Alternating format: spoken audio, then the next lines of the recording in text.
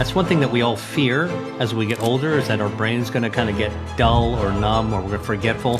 Well, studies have shown that is this really unique substance that activates parts of our brain that keep us really, really sharp. And by the way, the Surgeon General's report on, making, cancer causing, that's not news. I mean, we've known that for 50 years at least. Now, what about diet soda? In a way, even worse. And let me tell you why. That there is a holy trinity, as I call it, of beverages. 3 very, very important beverages that are good for you. And those holy trinity is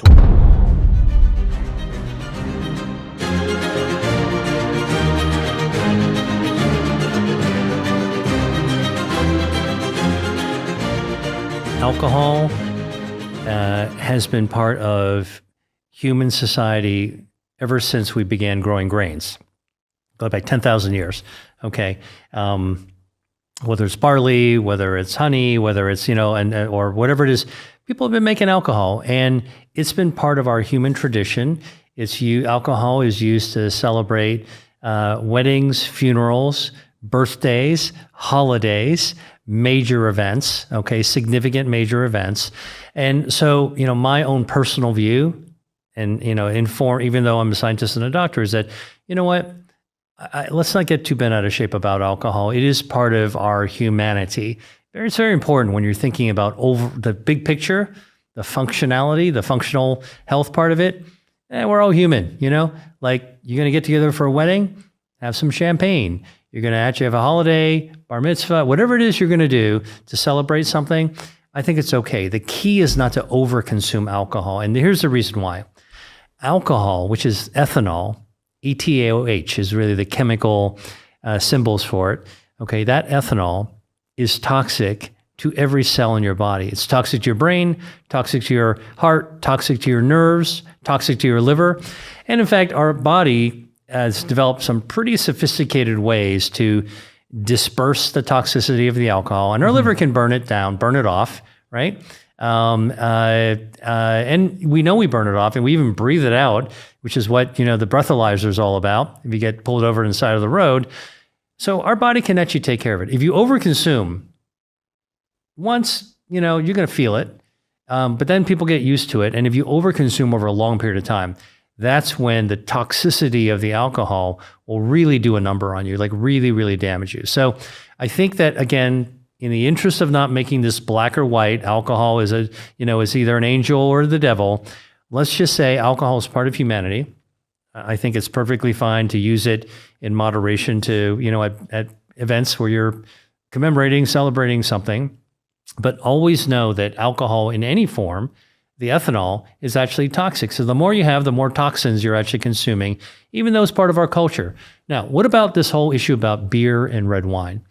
Well, actually, it turns out that the beneficial aspects of beer and red wine have nothing to do with the alcohol itself. It has to do with what makes red wine red, which is the polyphenols that come from the fermentation. So if you removed all the alcohol and just had a glass of non-alcohol, de-alcoholized red wine, you'd get the benefits.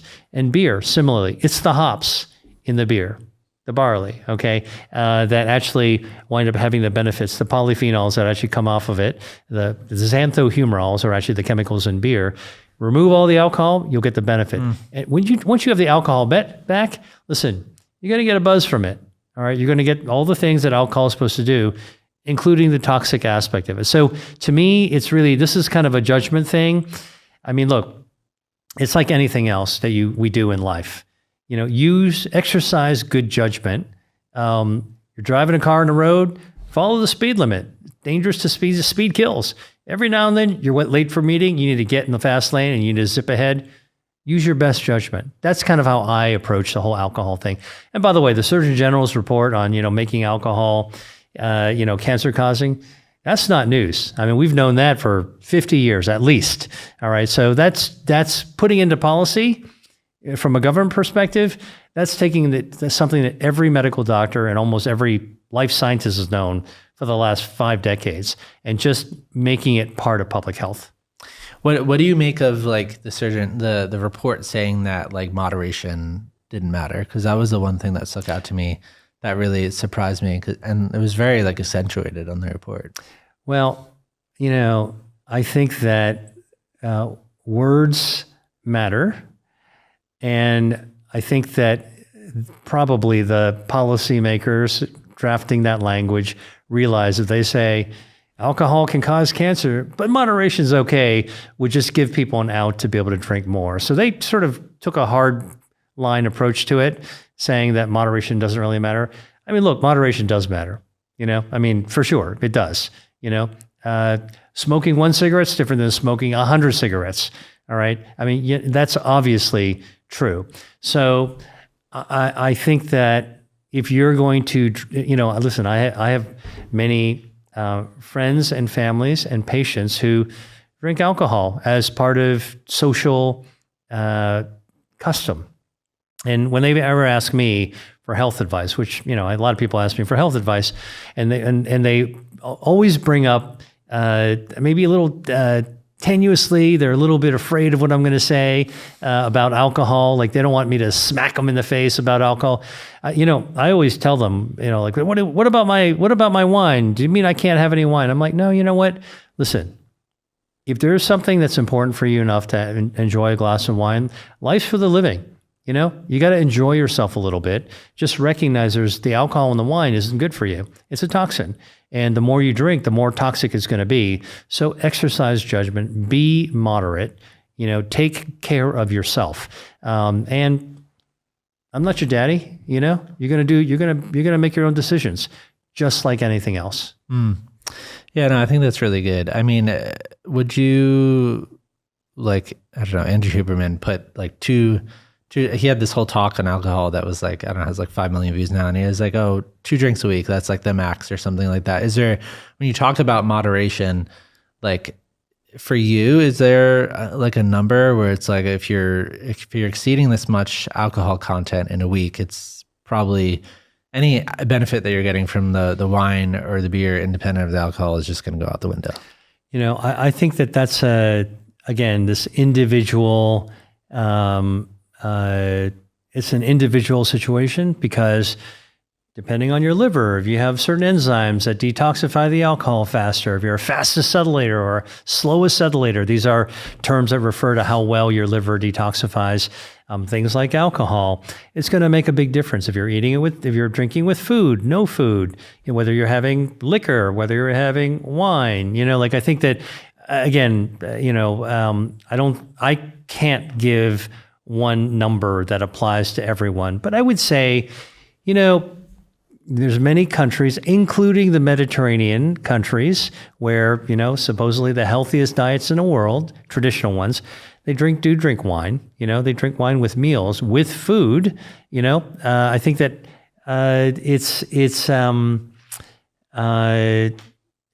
it still does boil down to being reasonable about what your intake actually is. Yeah, that's good. Yeah, I feel like there a lot of people, what they're actually weighing is the social cost of not ever partaking in it, even if it's like, and that I feel like affects your longevity in another way, in the sense of like at social gatherings or whatnot. If I'm just like, and I understand with people that are alcoholics, they completely avoid. But if people are just like completely avoiding going to social gatherings or whatnot, I'm not going to drink.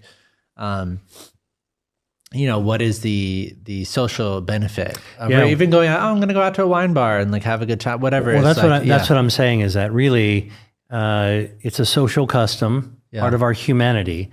We talk about health. We sometimes just forget about the humanity of things.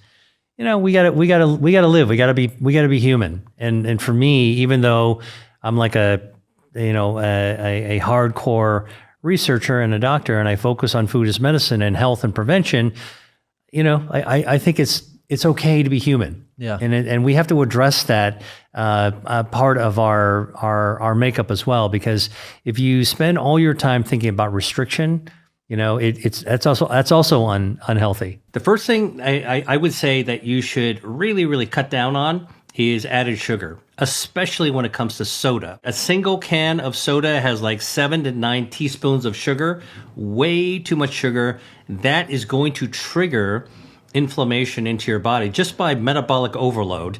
And that is something that if you cut down or cut out, you're immediately going to actually have less inflammation in your body. Now, what about diet soda, non-caloric sweeteners? In a way, even worse. And let me tell you why.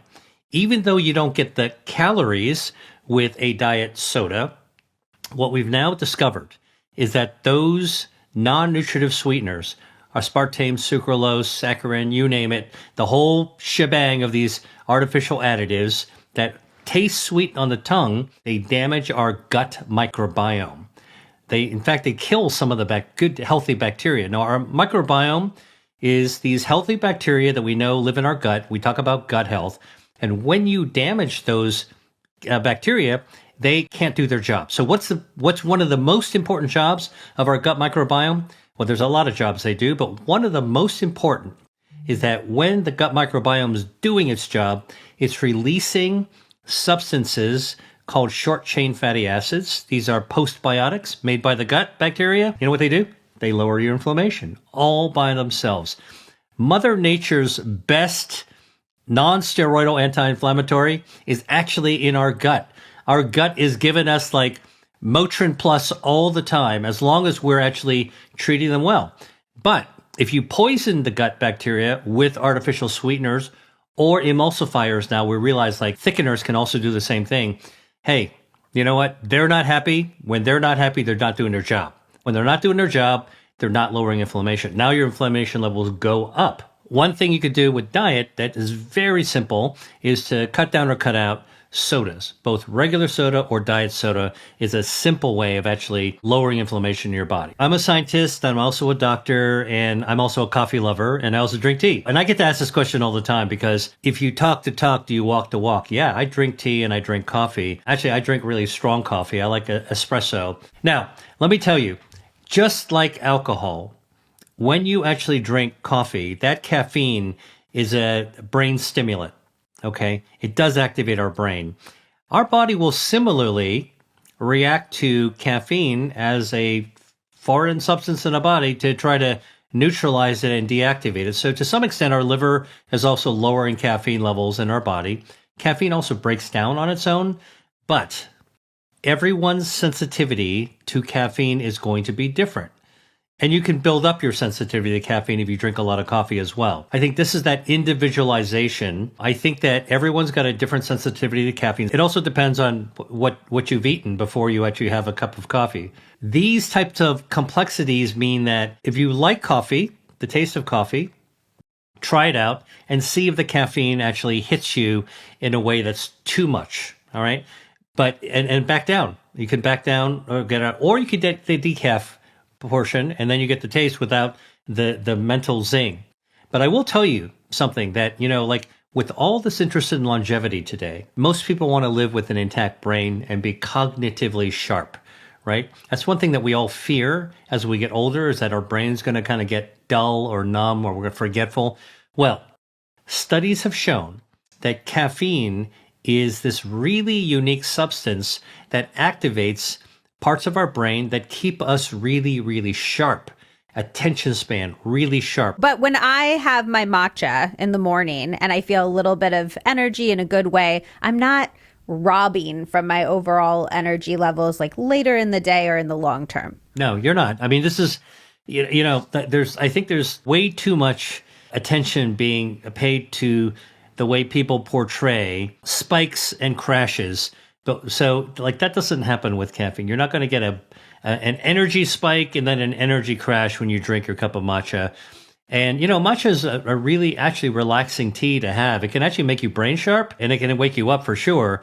But actually it's also got a soothing kind of feel to you. Like you can actually feel a little calmer while being more alert at the same time. It is true that if you take apple cider vinegar straight and you do it continuously, frequently, constantly, day in and day out, week after week, you will actually damage the enamel in your teeth because it's strong stuff. I mean, think about it. You can, ask your grandmother.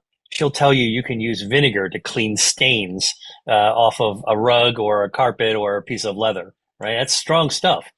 But you want to actually dilute apple cider vinegar, like those 3 tablespoons or 1 tablespoon, in a glass of water. And that dilution is totally fine. I mean, think about it. We drink lemon juice and lime juice, in water, and it's totally fine. But do dilute it in something with water is ideal rather than have it straight. If you have it straight, if you happen to like to slug it down straight, what I strongly suggest you do is to drink water afterwards, like drink a glass of water afterwards, or rinse your mouth out, like just like you were brushing your teeth, just to wash away the acid from your mouth so it doesn't actually degrade your enamel. As a general rule, I always say eating the whole fruit, the whole food is always going to be better for you because you get other nutrients, micronutrients, and you get more of the dietary fiber, much more actually, if you eat the whole pomegranate fruit. So I encourage people to eat the pomegranate fruit. There's juice that's in the fruit, but as well, so you'll get the elagitannins for sure.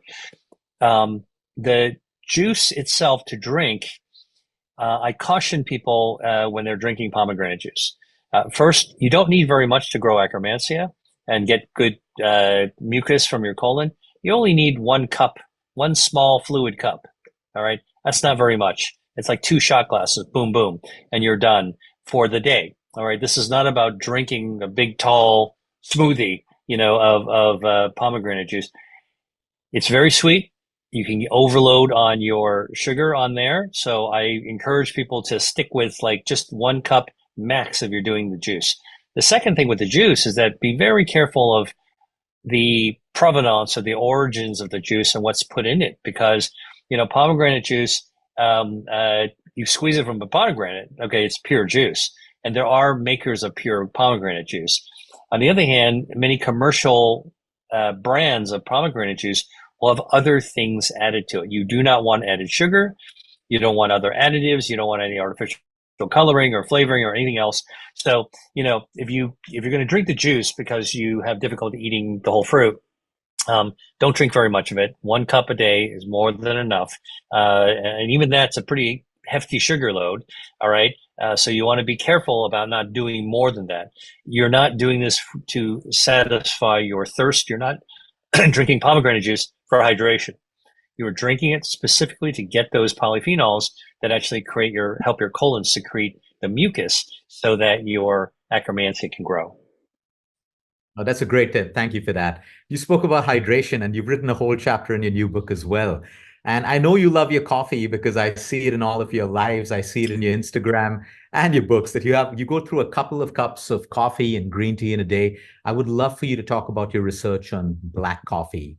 You've written so much about, brown fat, white fat when it comes to black coffee, the health of the liver. I would love for you to talk about coffee because people, again, are fearful of coffee, and we encourage them to be fearful of coffee that has all the added sugars and the flavors and the whipped creams and all of that stuff. But when we're talking about plain, good quality black coffee, I would love for you to share your research on that. And how much can we, like a man or woman?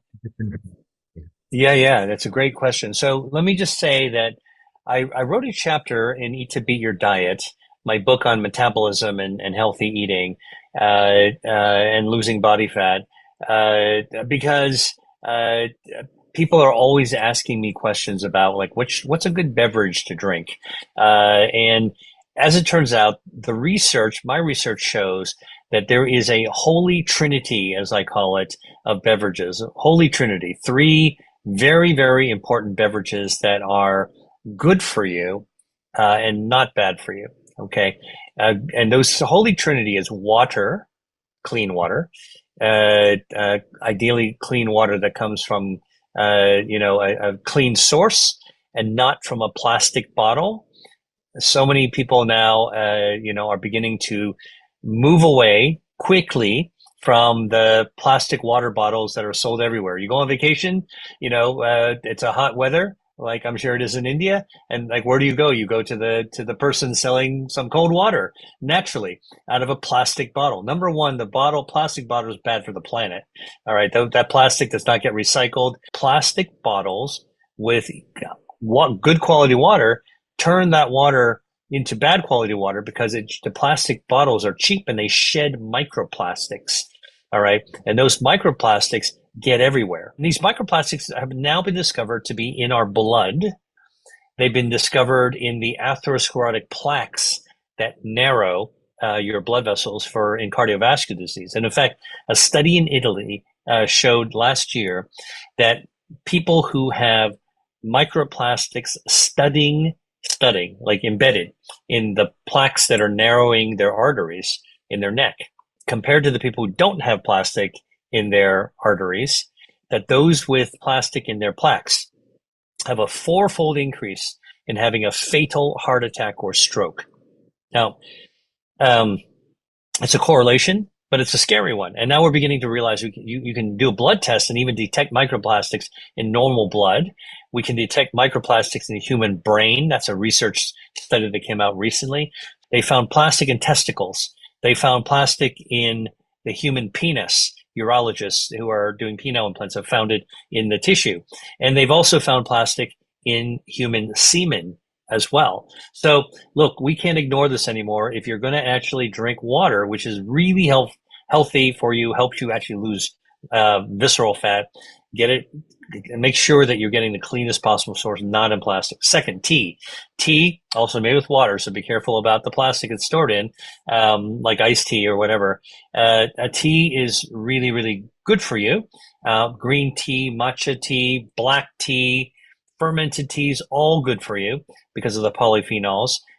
As long as you don't add milk to it, dairy will trap the polyphenols. So when you drink it, you're actually missing out. Like the bubble of the saturated fat around polyphenols gets flushed through your system. You miss the opportunity to absorb it into your bloodstream. All right. And coffee is a third of the Holy Trinity. Coffee is a plant-based beverage, comes from the coffee bean. The bean grows on a tree. The tree, the origin of coffee goes back more than 4,000 years. In fact, goes so far back in human history that we can't even identify an origin story. So coffee was consumed before recorded history. All right. That's how far back it goes. We think it started in Ethiopia, that area that we call Ethiopia today. And they're beans that actually grow, berries that actually grow on a low-lying shrub tree. Pick those, dry them, roast them, and inside this, the seed of this berry, the coffee berry, you wind up having polyphenols, lots of polyphenols, caffeic acid, chlorogenic acid. These are some of the natural bioactives I found. Chlorogenic acid helps you burn harmful body fat. So drinking coffee actually revs up your metabolism and helps you burn fat. So long as you don't put dairy fat in it, which is saturated fat, and so long as you don't actually put sugar in it, like you don't want to add sugar to coffee, even though it's popular, because then you're adding calories and you're taking some fat away, you're growing some fat. Net, you're not going to be making progress on it. And you definitely don't want to be putting artificial sweeteners in it because, people say, well, let me just use a non-caloric sweetener for my coffee. Wrong move. And again, recent discoveries have shown that these artificial sweeteners actually don't get absorbed as calories. So you're right. They don't increase your blood sugar by themselves, but ironically, they actually poison the gut microbiome. They cause your gut to be unhealthy. They kill healthy bacteria. And now your insulin sensitivity doesn't work as well, and your blood lipids don't work as well. So people who drink a lot of beverages with artificial sweeteners, guess what? Their blood sugars actually rise, despite the fact they're not drinking actual sugar, and their inflammatory levels rise because their gut microbiome is sick, and their blood lipids rise as well because the gut microbiome helps to lower lipids. So everything that you wanted to do by drinking coffee gets reversed by putting artificial sweeteners. So don't do that. So water, tea, coffee, the Holy Trinity. I go back to the things that I encounter, I make for myself every single day, or I make sure that I'm putting it into my diet every single day, which is the benefits of coffee, benefits of tea, and keeping it elemental, meaning simple, unadulterated, like none of the crazy drive-through stuff with flavorings. But yeah, the more data I look at coffee or tea, I'm saying, oh, this actually makes sense. And it's quite impressive that it also improves the cognitive function in people who are older. It improves muscle strength and performance in people as they get older as well. Like, I haven't really been able to poke any holes or, even as you're kicking the tires about coffee and tea. So it makes me double down on, the pleasure I already get out of drinking coffee. I usually drink coffee in the morning and I'll drink tea in the evening. How many cups of tea would you have in a day? And what's your favorite kinds? I like green tea. But I also like oolong tea. I like jasmine tea. Jasmine tea is just green tea with jasmine flowers in it. And in my last book, one of the things I wrote about is that it's a myth that you only have only green tea is actually healthy. It turns out that black teas are also healthy, and they also have theaflavins and other bioactives that are also beneficial that can help your metabolism. All right, and then the fermented teas, which is taking tea to a ultra extreme, where it's black and it's fermented, it becomes a probiotic tea. Wow, cool. I can actually drink tea that's also probiotic. So I think I've expanded as I'm going through my research now. I'm deepening my appreciation of the benefits of both tea and coffee. I'm also thinking about drinking matcha more. I enjoy matcha anyway. It's a little bit more work to actually, because it's powder, you got to dissolve it and, you got to store it in a certain way. But honestly, matcha contains the fiber, 100% of the fiber of the tea leaf. Good for the gut microbiome, gut, brain. I'm thinking about longevity and aging and cognitive health. Like, okay, maybe I should do some matcha now as well. So yeah, these are it's a good question. Like, honestly, these are the day-to-day things as I'm researching and learning and thinking about and writing. I'm also encountering, I'm not writing science fiction. I'm writing about science fact. Hey, if you like that video, then you're going to love this one. Check it out.